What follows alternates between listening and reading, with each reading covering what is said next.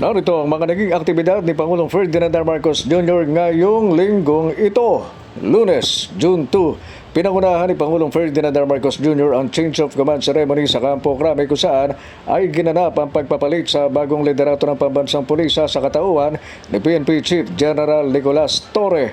Sa mensahe ng Pangulo, inilatag ng Presidente kay Torre ang assignment nito bilang bagong pinuno na ng PNP at isa dito ang paglilinis sa hanay ng kapulisan. Kasama din sa order ng Presidente na bilisan ang investigasyon sa mga kagawad ng PNP na may kinakaharap na kaso. Dapat din, sabi ng Pangulo, na maramdaman ng tao ang presensya ng kapulisan sa pamamagitan ng mas pinaigting na police visibility. Mula Campo Crame ay agad na dumiretso ang Pangulo sa ginanap na seremonya na turnover ng 229 na bagong billing operation at maintenance equipment sa ilalim ng ikatlong bahagi ng refleeting program ng National Irrigation Administration na ginanap sa Wawa, Lungsod ng Taguig. Binigyan din ng Pangulo ang kahalagahan ng makabago at epesyenteng kagamitan sa pagpapalakas ng pundasyon ng agrikultura sa bansa. Mahalaga din, sabi ng Presidente, ang refleeting program sa pagpapahusay ng kakayahan ng bansa na harapin at tugunan ang mga hamon dulot ng climate change.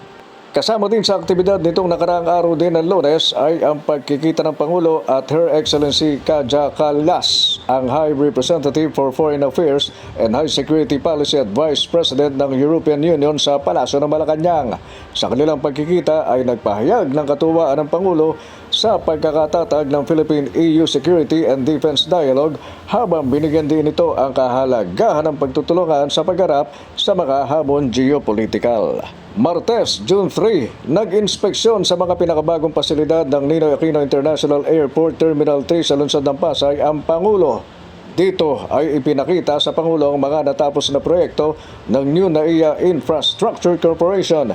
Nagsagawa din ang Pangulo ng walkthrough o pag-iikot sa iba't ibang mga pasilidad nito gaya ng Immigration Area, OFW Immigration Annex, OFW Lounge at OFW Rest Area, Transportation Network Vehicle Services Area at Arrival Curbside Area. June 4, Miyerkules, bisita ni Pangulong Marcos sa Palasyo si Singapore Prime Minister Lawrence Wong na 2 araw na nasa bansa para sa official visit. Sa opening statement na ginanap na bilateral meeting ng dalawang leader, sinabi ng Pangulo na malaking benepisyo ang pakinabang ng kani-kanilang mamamayan sa pagpapalakas ng kooperasyon sa pagitan ng dalawang bansa sa larangan ng negosyo, edukasyon, humanitarian assistance, environment at people-to-people exchanges. Ayon sa Pangulo, kapwa may commitment ang Pilipinas at Singapore na epektibong isusulong ang ASEAN Community Vision at ang pagpapalakas ng regional ties. Isusulong din nila ang kapayapaan at seguridad sa rehiyon.